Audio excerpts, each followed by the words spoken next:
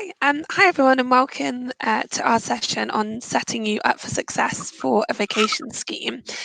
My name's Emma, and I'm the graduate recruitment specialist here at A&O, and I also lead on our VAC schemes. And I'm joined by two future trainees today, and I'll let them sort of briefly introduce themselves. So, firstly, Hadley Rose. Yeah, my name's Hadley Rose, and like Emma said, I'm a future trainee at Allen and Overy.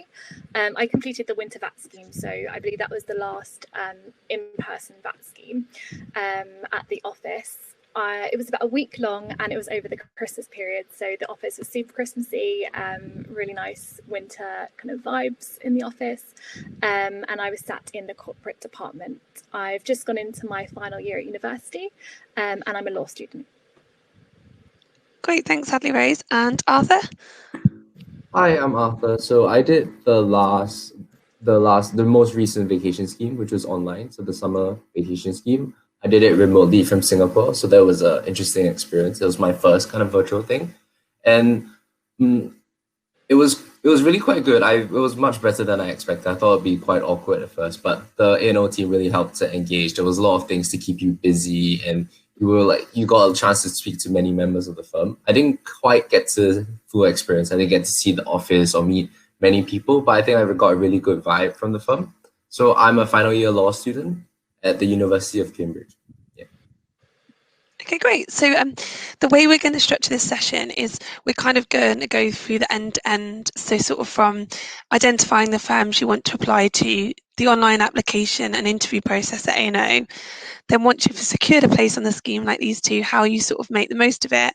And then also the decision process at the end. So you may have done more than one VAT scheme and sort of have to decide where you choose to accept. So first of all, I guess, Hadley Rose and Arthur, how did you go about identifying which firms to apply to, and how many did you apply to? Hadley Rose, do you want to go first? Yeah, so I applied to 3 firms. I felt for me that it was, from kind of talking to various people, I think that it was more focusing on applications rather than just sending numerous out. So I found that for me, just narrowing it down to 3 firms that I was quite interested in, it really helped me focus on each application kind of in a greater detail. So I applied to everything pretty much in the August-September period, just because I wanted to get it out of the way before the kind of my exams started in December, or before university got really, really busy. So it's always a nice idea to kind of have a backlog and kind of start thinking about what firms you want to apply to quite early on. For me, I realised that I'd be comfortable at firms. I identified what was important to me. So feeling that it had a really good culture, knowing that the work that I'd be doing is always quite interesting, and actually being able to go to and experience some of the firm's events really helped me decide and whittle it down into which firms were for me. So I then from there kind of took it as a stage approach. So you look at what the requirements for each firms are. I know Allen Overy, we have a roll-in process, so you might want to get started on the application sooner than something that has an application process that it's not roll-in, it just has a deadline, and then you start from there. So that's how I kind of structured my application approach in a date way. Okay, how about you, Arthur? I think I took a more broad approach. I applied to 13 firms in total, so way more than Hadley. But the way I selected the firms was I was focusing a lot on training and sort of practice areas that I was interested to. So I was looking at firms that had excellent reputation for like training support, work-life balance, and what they like, and certain practice areas that I wanted. So I was looking a lot at dispute resolution as well as like corporate and banking areas. So I wanted to have the option. So I ruled out various firms that didn't have a disputes team because that will like kind of close off what I could do in the future. So I kind of like work on it from there. And obviously I applied to firms with very strong disputes teams because that was what I was interested in. I think I started quite early. I started in the middle of the summer holidays, so maybe like July. I mean, you probably don't have to do it, but like I'm kind of a procrastinator. So I find it easy to start something and then gradually work on it. It wasn't like an intense period where I sat down and like churn it all out. It was more like, gradually I'll like read up on the firms and bit by bit. I did attend some open days and like virtual and like other networking events, which helped me like narrow down what firms I wanted, because I think most people say like all corporate law firms feel the same, but that's not really true. After you spend more time with them, you kind of notice that the people are a bit different, or the way they react and that kind of thing there's a difference, and you got to kind of figure out what you like. So yeah, that's how I kind of narrow down the choices. Thanks, both. So I think there it's kind of showing that actually it depends on the individual. Like you might sort of shortlist the firms based on culture, or it could be on sort of practice area strengths. So I think, you have to go with your personal motivators and drivers. And also it shows that the number of firms you apply to can vary as well. It depends how much time you have to sort of commit to these, and that there's no definitive number that you have to apply to in order for that to translate into success. So onto the online application itself. So naturally these two did very well as they secured a place on the scheme, but sort of how did you approach the application? I guess people might be interested in hearing about how you went about standing out. As you know, we sort of receive quite a high volume of applications and it can be quite competitive. So Arthur, did you want to take that one first? Yeah, I think when I did the application, the questions there was one on a current legal event, and the other question was more about personality. So something about one time you showed innovation, and something about hardship. So I think for the commercial awareness question, I think that's the easiest to speak to. What I chose to do for those kind of questions was really pick a sort of area or issue that I'm really interested in, and really invest into it. So instead of like bring up something very general and broad, I kind of picked a topic before I started the application season and be like, okay, this is my like pet topic. Whenever there's a legal event kind of thing, I'm gonna focus as much as I can on it. And I think that really helped because it shows when you're really genuinely interested in a topic and you know a lot more about that than other people. Like that really helps. And I think for the other two questions, which are more like personality based or like hardship, what you got to do is figure out like, got to choose good examples, of course. I mean, everyone sure has experience, but it's the way that you sell it. You need to figure out how to talk about what you want in that experience. So it can be something really minor. I think one of them was a minor work experience and a small event in there, but it's how you build from there and how you talk about the experience than the event itself. So it doesn't have to be something super impressive. You don't have to be like volunteering in Africa with the UN or something. It can be something really minor, but you got to tailor it to the question. You got to always like turn back, like, oh, if the question's asking about innovation or a time of hardship, you really got to focus and be clear about what you're talking about. I think that was like what helped me when I was doing that. Thanks, Arthur. And then Hadley Rose, maybe could you focus more on like the work experience? How did you make the most of your legal and non-legal work experience, or what did you do outside of the application questions? Yeah, so in terms of kind of my legal and non-legal, I tried to get a good balance. I know that a lot of firms, especially Allen Overy, value all work experience that you do, so it's not, you don't just have to have a bank load of legal work experience. I know for a fact that I certainly didn't. When I started university, I had no legal work experience, so they value everything. I mean, anything from volunteering with maybe a neighbour down the street. I know we're in very weird times now, maybe you've helped and you've done some food runs, or maybe you've balanced your time committing to a sport, playing football, whatnot. I think that every kind of element of your application can be targeted in different ways, and everything is useful. I mean, you learn things from every aspect of your life, whether it's kind of sports, you get that resilience from doing a sport, whether it's volunteering 3 hours a week, it just shows that you can juggle your time. So I think for me, I had one bit of legal work experience, and then maybe a position of responsibility. So something maybe at your university, you're in a committee or a society.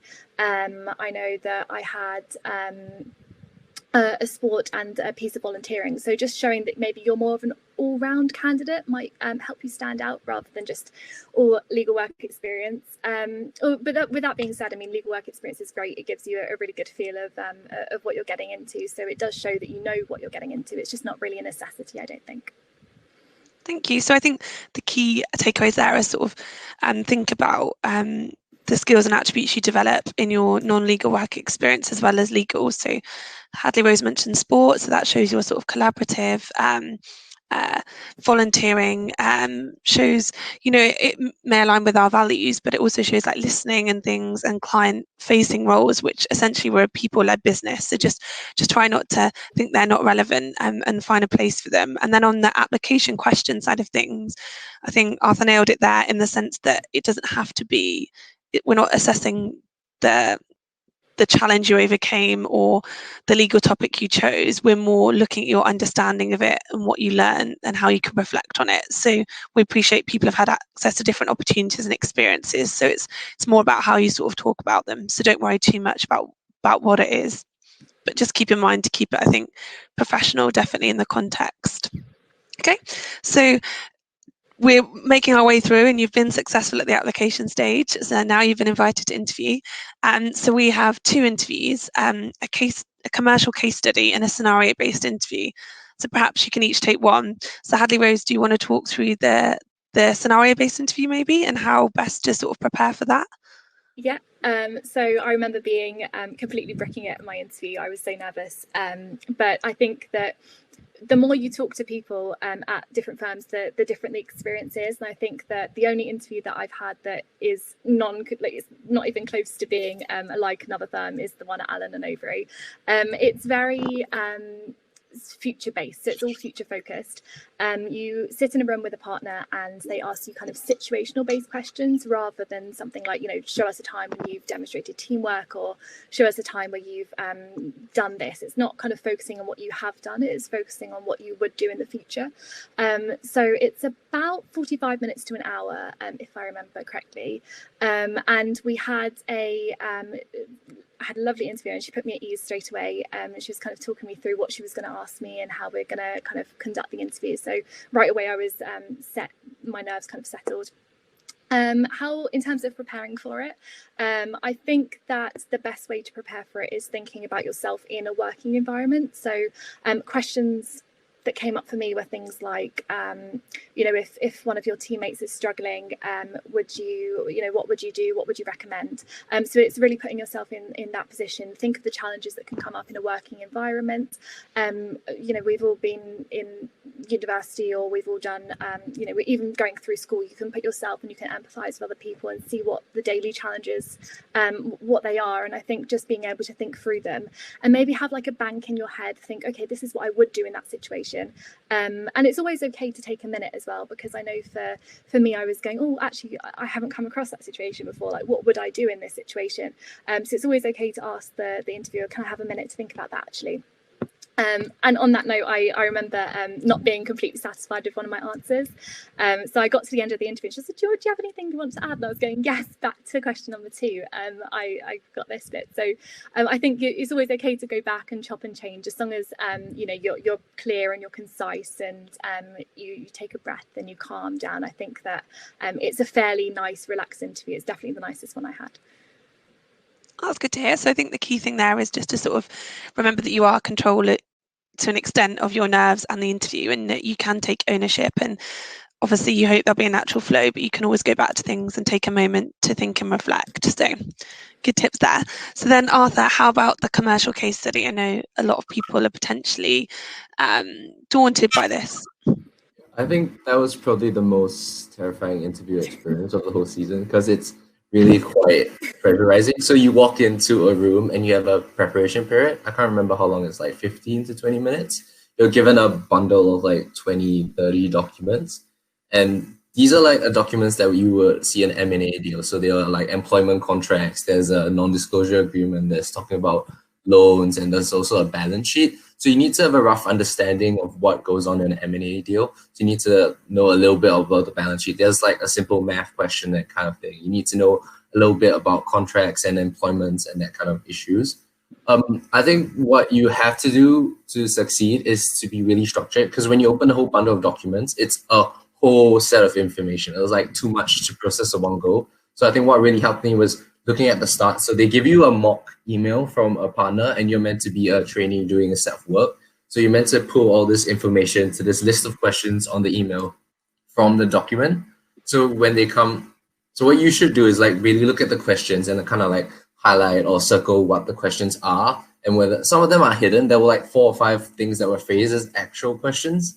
and some others were phrased as like more like requests, but you got to really nail all of those. So when you read the document, read the instruction sort of segment really carefully and try to structure your answers around that. Because for my interview at least, when the partner walked in, he was like, okay, you want to start? So that he kind of lets you lead the thing. He wants to see how you structured and went along. And of course, the structure really helps because then you know what you're looking for. So like you going down the list and you're like, okay, I need to find something about the employment contract. It's got to be like towards the end, and then you like flip through it quickly instead of just like mindlessly trying to pick things up in the whole bundle of documents that is completely impossible to sort of understand.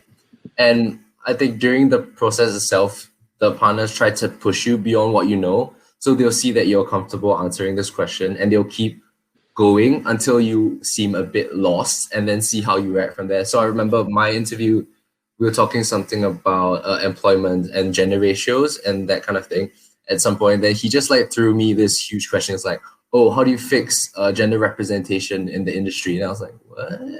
It was just kind of that kind of question that they throw you out of nowhere that's a bit weird. And they want to see how you react to that. So you always got to remain kind of calm and like think it through logically. As long as you give like a decent answer, I think it's fine. In terms of preparation, I heard from people who applied to Eleanor before, it tends to always be a mergers and acquisition kind of document. So you need to know the various like contractual parts. You need to know the difference between a warranty, indemnity, those like what normally goes in a balance sheet, how to like do rough calculations for like profits and that kind of thing. So you need to have a basic commercial awareness. You wouldn't need to know every aspect. I wouldn't say I went into the interview knowing everything about employment contracts or knowing everything about tax or how to calculate everything, but you need to have a rough idea of how everything works and how it goes in rather than like the fine details. So you can like make some errors or you can be a little bit unsure. I know I left the interview thinking it was completely terrible. I thought that was, oh, this is the worst thing I've ever done in my life, but it turned out all right. So it is really daunting, but yeah, I think that's the point. They're meant to make you confused and look a little bit lost and see how you react. It's kind of like a pressure test more than anything. Yeah. Thanks, Arthur. So I think the key thing there, I know Hadley Rose and Arthur both did law, but or study law, but we do interview applicants from all degree disciplines. So I think it's important to remember that it's more commercial and business than legal. And that potentially the jargon and the language used, you can always, just sort of ask the interviewer if you're not sure what the term means, or a good way of preparing is just sort of getting yourself comfortable with sort of business and commercial language where possible. But I think, again, you sort of summarise it well in that there's an element of thinking on your feet and reacting to new material and sort of working your way through and listening, responding to the interviewer, which in a sense you can't necessarily prepare for because you won't sort of see the material until the day. But if you did want to sort of practice at home, you could sort of read a news article in 2 minutes and sort of challenge yourself to pick out the issues and start to think about some of the solutions, just to get yourself comfortable with A, sort of reading that sort of language, and B, sort of having to read it or absorb it quite quickly. But essentially you won't necessarily know, well, you won't know what sort of it's about until the day itself. So thank you both there for your insights. And I think this year as well, it will be virtual, the interview process. So I know we sort of talked about going into the room. I guess this won't happen physically as such, but I think, you can still approach it in the same way.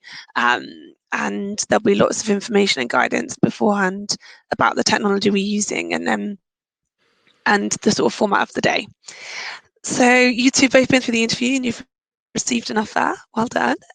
So you've got a place on the scheme. So how did you make sure you made the most of it and that that it translated into a training contract offer at the end?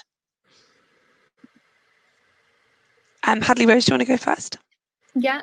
So you're given a buddy. And I would say utilize them. So you're given a buddy that has some kind of similarity to you. It might be that that's the department you're interested in and that's the seat they're currently in. It might be that they've gone to a similar university in terms of like location, so they can put you at ease a little bit quicker than someone else. So I'd say utilize them just because they can connect you with various other people. So for me, my buddy was amazing. She connected me with the Women's Society, so the Womexon Society. She connected me with the sports societies that I was interested in, and had me talk to someone from a very, very niche department that I was interested in. So it's a very specific type of law that I have a bit of a thing for. So she connected me, she hunted him down and connected me with him. So I'd say definitely utilize your buddy. I think the more people you talk to in the scheme, and this stands for whether it's a virtual scheme or an in-person scheme, I think the more people you talk to, the more you get a feel of the firm. I think it's kind of about whether not only does the firm fit you fit the firm, but actually whether the firm fits for you. It is definitely a two-way street, and I think when you're in the scheme, that's the thing that you need to realize, because you might be in a position at the end of the day where you've got a good offer from this firm, and then you have an offer for somewhere else, and then you spent the whole scheme worrying about trying to fit in with the firm, whereas actually you should have been worried about, do I see myself being here? Can I visualize myself working here?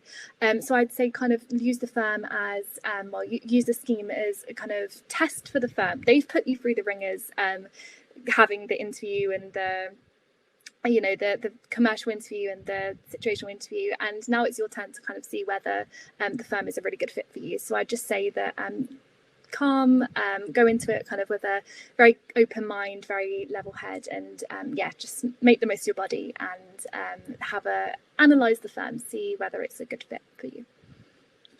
And Arthur, how did you do that virtually? Because I guess you potentially didn't have the spontaneity or flexibility of just sort of popping by someone's room or going up to the canteen or whatever that might be. So how did you ensure you got what you needed out of the scheme?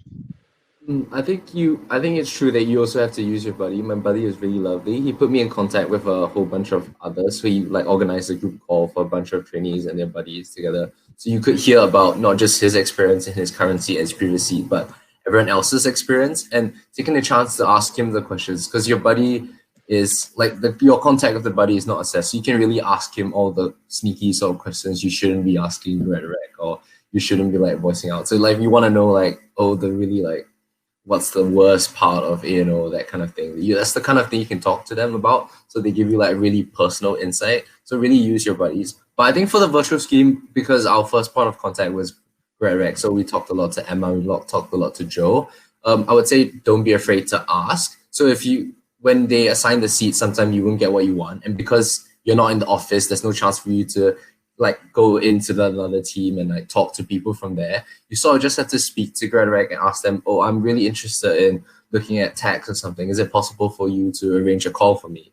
And then I think Emma and Joe were really lovely on the scheme. They helped to organize that.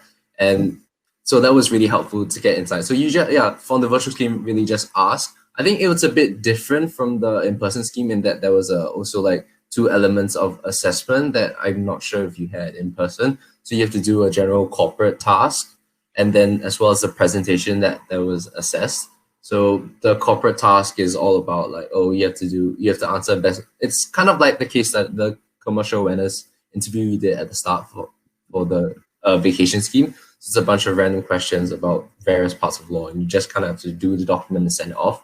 And the presentation is more team-based and collaborative. So they want to see how you're working with the team.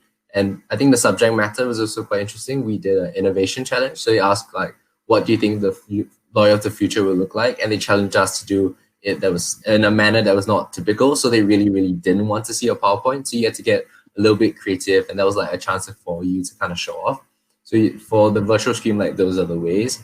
But I also think your interactions with other people in the firm, that's really important. So part of the presentation, there was a chance for you to interview various members to get their input on what they thought a lawyer of the future would look like. And all the people at A&R are really lovely. They know you're gonna call them and stuff, so they have set aside this block of time. So if you end a little bit early, or if you've got you one, I often found that there was a chance to ask them personal questions about their practice area, because I think the list of people they give you to interview is purposely designed that you get to see all areas of A&O. So you get different practice groups, you get people at different levels, you get councils, you get the league, the innovation team, or someone who's working in the pro bono office. So that's a nice way to talk to the various members. So definitely make the ask and make the most of the opportunities. Even seems a little bit weird to call people, ask to interact with them because it's virtual. They are prepared to take time off you, which is a really nice thing.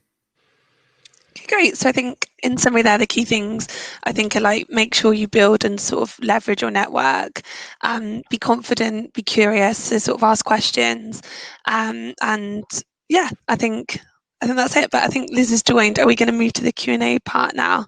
Yes. Hello. Sorry, I love Lizzie. Yeah, so I'm from Rate My Placement, for everyone in the audience who's watching. So I've been busy looking at all of the questions. So we've had about 25 questions. So what I've tried to do is group them to try and answer as many as possible. So if I'll just crack on. A lovely one for both Hadley Rose and Arthur. So around the work-life balance. So what's it like, and what's the pro bono culture like at the firm? So Hadley Rose, would you like to go? Yeah. So I haven't joined the firm yet. So I am a future trainee in 2022. So long way off. But in terms of my VAT scheme, I did get quite a good feel of it, I think. I was only there for a week because that's how long the winter VAT scheme is. But essentially, the work-life balance was good for the VAT scheme. They gave us an opportunity to not only network with our peers, so everyone else on the cohort, through dinners, and we went to the Ritz. It was amazing. And partners as well. We got to have conversations with partners, associates, so a wide variety of everyone in the firm. In terms of the pro bono culture, we actually did as VAT schemers get an opportunity to every Tuesday and Thursday, I believe, that there is a taxi that picks you up from A&O. The days might be wrong, but they take you down to one of their pro bono, whatever they're working on in terms of community outreach programs. So they take you down and you get to spend some time there. I know that once you join the firm, you get some days off to do pro bono work. So they have lots of different things that you can get involved with. I think you can do an independent, something like a fundraiser, or you could go and volunteer at your local kind of school. So there are various things to get involved with. But in terms of the VAT scheme, I just wasn't there long enough. I think if I was, I would have got involved, but it's just quite a short period of time to cram everything in. So brilliant, really good insights. I know you've only been there a little while, but it's great that you know all of that, even from your short time. Is there anything else, Arthur, from your side you wanted to add? Yeah, I think Hadley is probably better placed to talk about the work-life balance because I wasn't actually in the office. But it also did seem that most of the people I spoke to, they had outside projects, so they were involved in various societies. So I think that speaks to how much time they have. So there really is a balance there. And I think interestingly, for the pro bono part, we had a presentation on it, and we managed to speak to one of the trainees who's doing her 4C in pro bono. So they actually allow trainees to get seconded there, and you can do a whole 6-month stretch. And obviously that will carry on forward. So I'd say the pro bono culture at LMV is definitely quite strong. We heard about how they're really involved in channeling the death penalty and that kind of thing, as well as smaller sort of volunteering at the local law centers. So I think it's definitely a thing in A&O. Really good. Emma, is there anything else from your side in terms of the work-life balance and how you manage that from your side? Yeah, I think the key thing is that the work environment is very different to a university environment. It's a lot more dynamic. So normally, I guess, you have set modules and lectures and seminars, and you can essentially be in control of your own time and schedule. But I guess with client demands and things, it's a lot different. Potentially, you might not have anything, and then suddenly 3 things come in at one time. So I think there's an element of learning to manage your time in that sense. And then there's a thing called busyness, which we call it internally, but that's kind of in your practice area, it will depend on how many people are in the department, how many deals are going on at the same time. For example, at the moment, restructuring is a very busy department, and then other practice areas, potentially like M&A, are a bit quieter. So there's a lot done internally to help resource deals. So trainees in some departments might be busier than others at times. So I think it's just very variable depending on your practice area, your level of expertise. I guess a first seater might be learning to get up to speed with the A&O systems and everything like that to begin with, whereas once you're in your second seat, you can probably take on a bit more work because you're not sort of having to get up to speed with those sort of things. But I think essentially there is a lot of support, but I think it is just a different way of managing your time and being aware that potentially your schedule isn't going to be completely in your control. You couldn't have foreseen COVID, and there's a lot of external factors that will affect your workload. So in the economy, politics, trends in the market and things like that. So actually what we say now could look very different in 2 years' time, even for what departments are busier than others. So I think just being flexible and adaptable is what I'd recommend.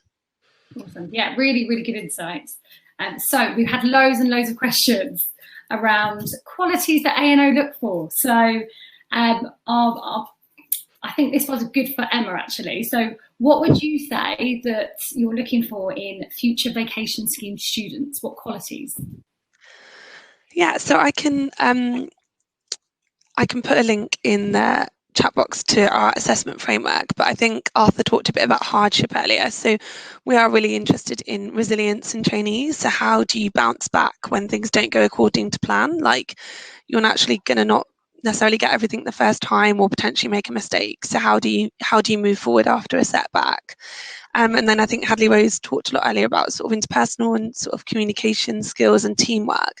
And these are really core skills in a people business. So you'll be working not just with, at the moment we're not in the office at all, but although I am today, so I understand that's a bit confusing, but we're not really very often in the office. So how do you sort of interact with your team members sort of in London, but also in other departments and other teams across borders, so in different jurisdictions and time zones, and that sort of emotional intelligence and cultural awareness that comes with that. So I think they're all sort of the soft skills, but sort of on the technical side of things, commercial awareness is often banded around, but I think it's actually more curiosity. So like, are you interested in how businesses operate? And that's why I think we can sort of teach you the legal knowledge, I guess, through the LPC and the TDL and the training contract, but that interest in it is really what we're looking for.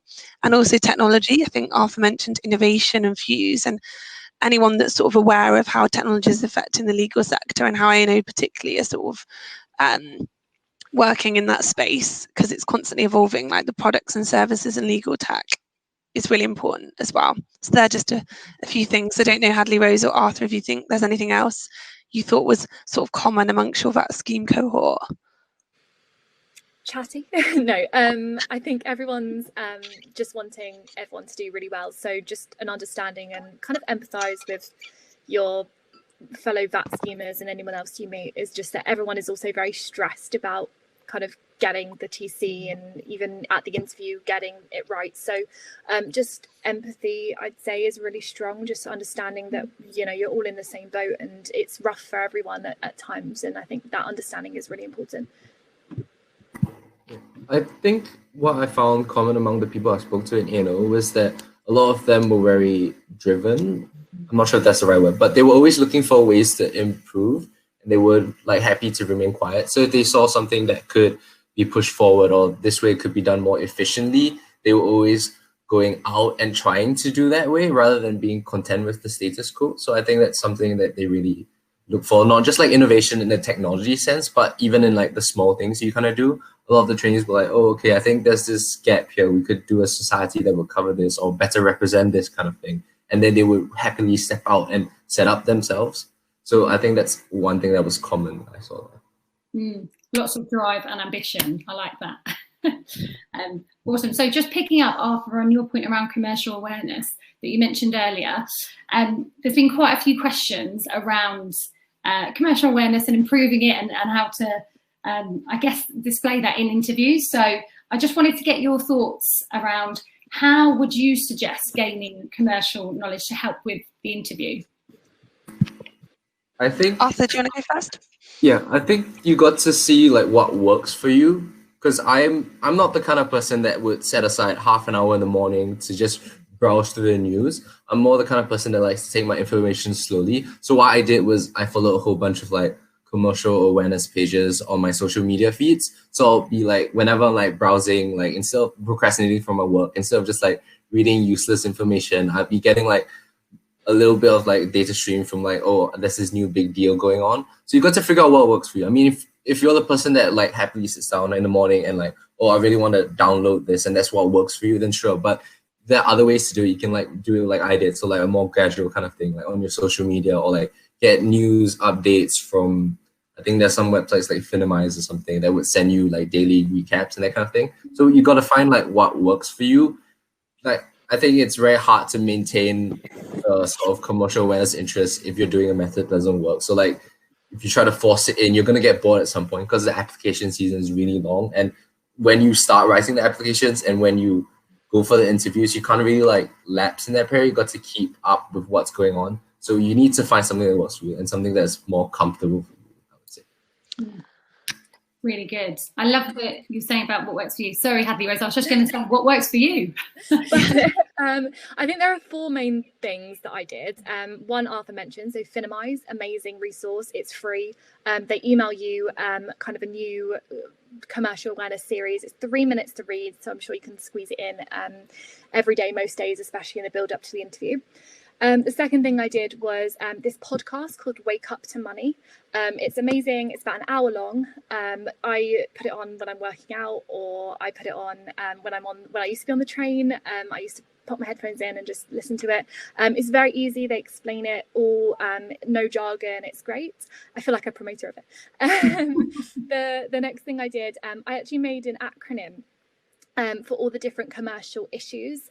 So for me, I knew that when I walked into my interview, I wanted to hit all of these points. And for me, an acronym really worked quite well. So my acronym was Apple Fire TC, and it stands for most commercial points, most M&A kind of deals you can use this acronym. So it stands for antitrust, public or private, so whether the company is public, private, any political issues going on with the deal, litigation side, is there any kind of litigation bits and pieces you need to think about, environmental concerns, finance concerns, IP concerns, real estate, employment, tax and corporate. So that was my kind of process, because for me, I'm quite structured. So if I have a structure in mind, I can just tick everything off. So what I would do is I'd pick something. The Financial Times at the time I think was quite heavy. So I'd maybe pick one Financial Times article that I had a genuine interest in, and then I'd go through this acronym and say, okay, well, what's the issue here, what's the issue here, and kind of hit each point so I could get an all-round base. But kind of echoing what Arthur said, I wouldn't just have, read 10 articles and try and absorb it all, because you're just not going to be interested in all 10. So try and find one that really works for you, something that's interesting, and something that maybe you can talk about with your peers to get a difference of opinion. Such good advice there. Brilliant. Thank you so much. Last one. I think we've probably got 1 minute left. Emma, just one for you. There's quite a few non-law students who have asked questions around how do they stand out and wow you in the application process. Are there any tips for them that you've got? Yeah, definitely. So I think we have such a diversity of people at A&O and clients, practice area, sectors, all sorts of things that require sort of different skill set. Ultimately, everyone's a lawyer, but they're providing different advice. So I think, we hire just in the non-law space sort of humanities students, but also STEM students. And there's lots of different skills you'll be able to transfer. Like if you're a scientist, for example, I'm sure you may have done lots of experiments that may not have been successful the first time. So that's sort of a resilience. Like even the people creating the vaccine right now, there's a lot of trial and error with creating that. So that's got to create a certain disposition and discipline in you. Similarly, like you're probably going to be very good at analysing information and extracting key points. Maybe it's like a different type of information, but you can definitely do that. And I think all the other attributes we talked about, the sort of more soft skills and sort of the change agilities, can be just demonstrated through any sort of degree and any sort of work experience. And I know we were just talking about commercial awareness there, and I realised that you may not even know about those resources or know where to start. But I do think we've got a podcast series, and it may be worth listening to an episode on that, because we did talk about sort of how to boost your commercial awareness, and that it's something that kind of happens over time. You don't instantly become commercially aware, and you're sort of building it up and reading things. And I think we also talked about that applicants come from lots of different walks of life. So I don't know, someone just might be quite entrepreneurial in their nature and just, as I said, really interested in how businesses operate and work. Like I think a partner's example, like you go and get a coffee in the morning and you're thinking, well, how can they charge this much for this? Like the pricing, the branding, the outgoings, the staff, the lighting, the real estate. So that's just the building. And actually that's nothing to do with the law. Like you can easily extract those points and just be really interested in it in that sense. So I think it's more an interest in business and commerce, and a legal career that will help you, and just attending a few events to help aid you. So hopefully when you get to the application process, you've got a bit of an awareness, but it really isn't a prerequisite that you've done a law degree or have any sort of legal training before you apply. Brilliant. And I love what you said earlier around be curious. That's a great thing to think about. So I'm going to have to shut the question and answer because we're past time. So I just want to say thank you so much. It's been really, really interesting. Loads of amazing questions, loads of awesome answers. So yeah, thank you very much for your insights. What I'm going to suggest, if anyone's got any specific questions, just head over to your booth, to Ellen Overy's booth, and hopefully there'll be some people to answer them. So on that note, I'm going to leave you all and say goodbye. Thank you very much. Thanks, Izzy. Thanks.